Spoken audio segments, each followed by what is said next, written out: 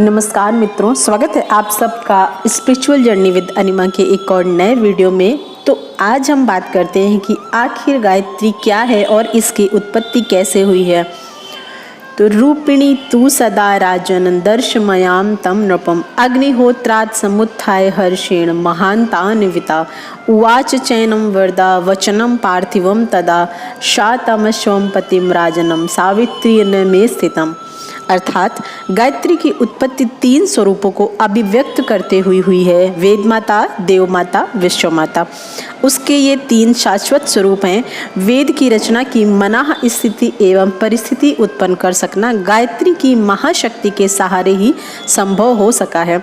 इसलिए इस आद्य शक्ति का नाम वेद माता कहा गया है। गायत्री दिव्य ज्ञान चेतना से ही समस्त वेदों का प्रादुर्भाव हुआ है।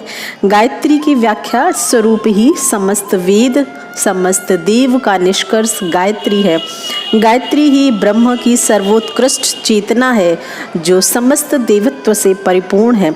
सृष्टि की सारी दिव्यता जिसके कारण ही है, वह देवत्व प्रसूता परम शक्ति को वेद माता और देव माता के स्वरूप में भी जाना गया है।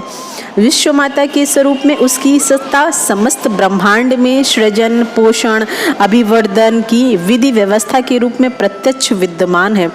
विश्व माता विश्व की एकता समता के सूत्रों से भौतिक जगत की और सुचिता ममता के अनुशासन से आध्यात्मिक जगत की सुव्यवस्था बनाती है। गायत्री शक्ति के इन तीनों स्वरूपों के अवतरण की प्रक्रिया आप लोग समझ चुके होंगे। अब जानते हैं कि गायत्री का कौन सा स्वरूप किस माध्यम से प्रकट हुआ है, क्योंकि गायत्री को वेद माता, देव माता और विश्व माता कहा गया है। तो वेद माता का स्वरूप ब्रह्मा जी के माध्यम से प्रकट हुआ है। भावना के साथ अवतार 7 व्याहृतियों के रूप में प्रकटे जो सप्त ऋषि के रूप में प्रख्यात हुए। युग परिवर्तन चक्र का अवतार विश्वामित्र के रूप में हुआ तथा ब्रह्मा जी के माध्यम से वेद माता और सप्त ऋषियों के माध्यम से देव माता और विश्वामित्र के माध्यम से विश्व माता का अवतरण हो चुका है। अब वर्तमान काल में महाशक्ति गायत्री अपने तीनों स्वरूपों की प्रखर संयुक्ति अभिव्यक्ति के साथ युग शक्ति गायत्री के रूप में अवतरित हुई है, जिसका माध्यम महाकाल है। अर्थात आद्य शक्ति गायत्री की उत्पत्ति ज्येष्ठ शुक्ल पक्ष दशमी, जिसको हम गंगा दशहरा के नाम से भी जानते हैं, उसको मानी गई है।